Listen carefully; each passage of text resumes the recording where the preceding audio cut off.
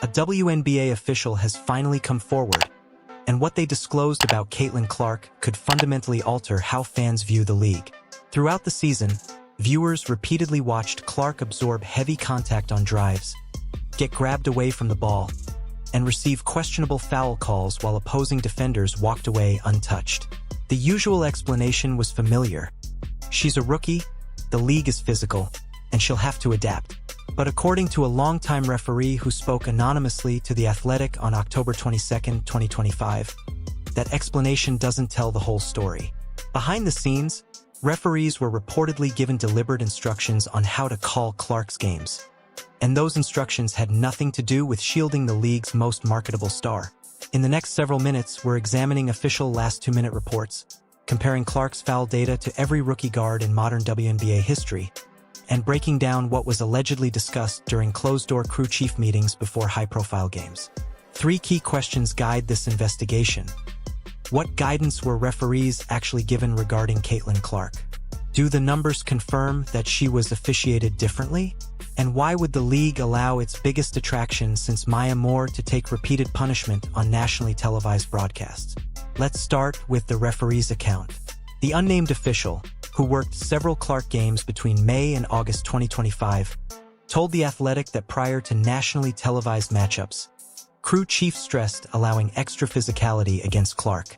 According to the official, referees were told that her frustration boosted ratings and that a narrative centered on resilience and adversity was better for the league than one of total domination.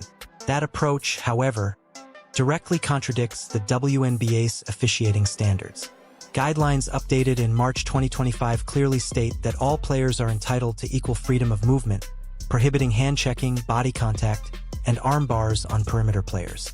Now to the data.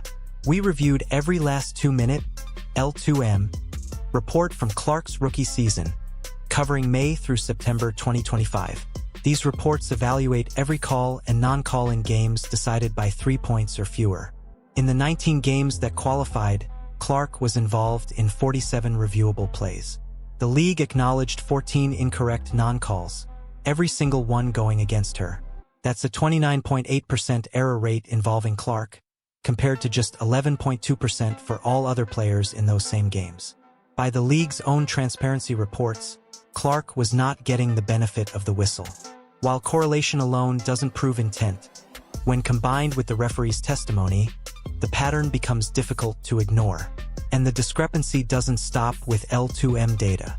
We analyzed play-by-play logs from all 40 regular season games Clark played in her first WNBA season and compared them to every rookie guard since 2010 who averaged at least 25 minutes per game, using second spectrum tracking data. Sabrina Ionescu, for example, drew 4.7 shooting fouls per game in 2020 on 9.1 drives. Kelsey Plum averaged 5.2 fouls drawn on 10.8 drives in 2017. Clark attacked the basket more frequently than either, and drew fewer fouls than any high-usage rookie guard in the past 15 years. At the same time, Clark was whistled for 4.3 personal fouls per 36 minutes, ranking 3rd highest among that same group. She was called for more fouls than she earned free throws, an inverted ratio that is statistically rare for a primary ball handler. The evidence becomes clearer in specific moments. On June 7, 2025, against the New York Liberty, Clark drove baseline with 38 seconds remaining in a tied game. Breanna Stewart met her with a forearm to the chest, and no foul was called.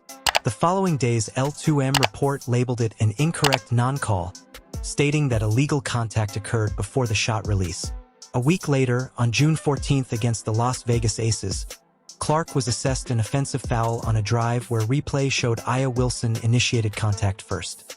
That play fell just outside the L2M window, but former NBA referee John Goebel, reviewing the clip on a podcast, said it was clearly a defensive foul under current rules. He described the call as managing the game rather than officiating it, language that implies narrative control instead of rule enforcement.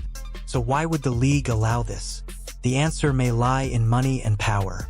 Clark's rookie season drove a 48% increase in ESPN WNBA ratings compared to 2024, according to Nielsen data reviewed in September 2025.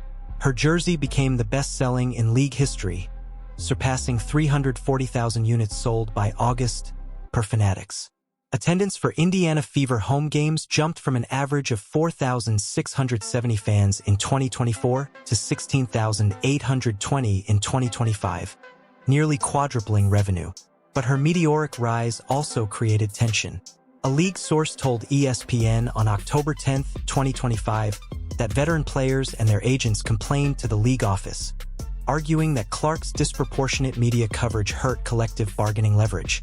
The current WNBA CBA expires after the 2027 season, and players are pushing for a larger revenue share, which is currently capped at 50% under Article 28, Section 4. The concern, according to sources, was that if Clark became synonymous with league growth too quickly, owners could argue that one star, not the broader player base, was responsible for increased revenue. According to an anonymous WNBA executive speaking to The Athletic on October 23rd, the league didn't want Clark to appear too dominant too soon. If she looked unstoppable, the narrative would shift toward her singular value, potentially weakening player leverage in upcoming labor negotiations. In that context, allowing extra physicality to slow her down wasn't accidental, it was strategic. The referees, knowingly or not, became part of that strategy. This issue extends far beyond one player. It raises serious questions about whether the league prioritized institutional control over player safety and fairness. And when you examine the CBA language, the contradiction becomes stark. Article 12, Section 3 of the 2020 WNBA Collective Bargaining Agreement requires the league to maintain a safe playing environment through consistent enforcement of playing rules designed to protect player health and safety. If the whistle was used to shape a storyline instead of enforce the rules, that obligation may have been broken. The Freedom of Movement standards revised in March 2025 clearly ban hand-checking, body contact, and arm bars against perimeter players. These rules exist for a reason. Guards like Caitlin Clark, who control the ball on nearly every possession, are especially vulnerable to repeated physical contact that increases injury risk. And that's where the contradiction becomes impossible to ignore. If officials were indeed instructed to allow extra physicality against Clark, as the whistleblower alleges, then the league may have violated its own collective bargaining agreement. Sports labor expert Michael McCann, a professor at the University of New Hampshire School of Law, reviewed both the CBA language and the last 2-minute data used in this analysis. In a post on X dated October 24, 2025, McCann stated that if the WNBA deliberately encouraged inconsistent rule enforcement based on a player's commercial value or collective bargaining strategy, it could represent a breach of the league's duty of fair representation. Under that scenario, Clark or the WNBA Players Association could theoretically pursue a formal grievance. While the union has not issued a public response, a source close to the association confirmed that internal conversations began in late September after the L2M discrepancies gained traction online. League insiders say the union is debating whether to file a complaint now or wait until formal CBA negotiations open in 2026. Either path carries real legal consequences. If the league knowingly allowed unsafe playing conditions for its most visible athlete in service of a labor strategy, it didn't just bend internal policy. It potentially exposed itself to litigation. The takeaway is stark. The decision to let Clark absorb excessive contact wasn't merely unethical. It may have crossed into illegality under the league's own labor agreement. That raises an obvious question. Why didn't Clark or the Indiana Fever push back more aggressively? According to team sources who spoke with the Indianapolis Star on October 19, 2025, Fever head coach Christy Sides raised concerns with the league office in July following 3 straight games in which Clark attempted fewer than 4 free throws, despite replay showing clear contact on multiple drives. The league's response, as reported by the Star, was that officiating is subjective and the team should focus on playing through contact. In other words, adapt and move on. But Clark's situation made public resistance risky. She is a rookie on a 4-year contract worth $338,566 total, per Spotrac, the minimum allowed under the rookie scale outlined in Article 8 of the CBA. Publicly criticizing officiating could trigger fines under the league's player conduct policy, which permits penalties of up to $10,000 for comments about officials under Article 35, Section 6. For a player earning $76,535 in her first season, that fine would represent roughly 13% of her salary. At the same time, Clark's endorsement portfolio, including deals with Nike and Gatorade, is reportedly valued at $28 million over 4 years, according to Forbes in August 2025. Any perception that she was complaining risked damaging those relationships, so she stayed silent. After the missed call in the June 7th loss to the Liberty, Clark posted a single line on Instagram, "On to the next one." No reference to officiating. The Fever's public messaging followed the same script. Silence, despite widespread outrage from fans and analysts, was the safest option. According to the Whistleblower official, that silence was exactly what the league anticipated. The official said decision-makers understood Clark wouldn't create controversy because of her intelligence and brand awareness. That restraint allowed defenders to be more physical, officials to hesitate on whistles, and the public narrative to remain centered on struggle rather than dominance. The result, according to the source, was predictable and effective. Clark's financial incentives to stay quiet, combined with her rookie status, made her uniquely vulnerable. She had too much to lose and too little leverage to fight back. That dynamic brings us to what comes next. The WNBA offseason runs through April 2026, and on October 25, 2025, the league published a rules emphasis memo stating that officials will prioritize consistent enforcement of freedom of movement standards, particularly for high-usage perimeter players. While framed as forward-looking, the language functions as a tacit acknowledgement that enforcement was inconsistent the previous season. Retired NBA referee Violet Palmer, the first woman to officiate an NBA game, told ESPN on October 26 that rule emphasis alone is meaningless without accountability.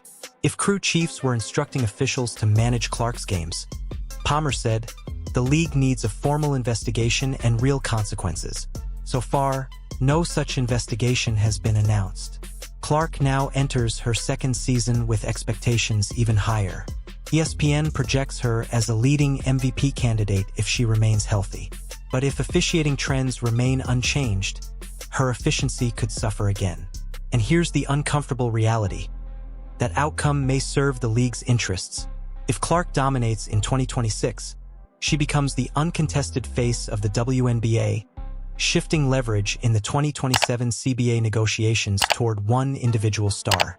If her impact appears more muted, the union can argue that league growth is driven by collective talent rather than a single player. That incentive structure doesn't disappear simply because a whistleblower spoke out. If anything, it intensifies. The conclusion is unsettling but clear. The WNBA's handling of Caitlin Clark isn't finished. It's part of a broader, long-term strategy rooted in money, leverage, and institutional power that won't fully resolve until the next CBA is signed. The bottom line is this.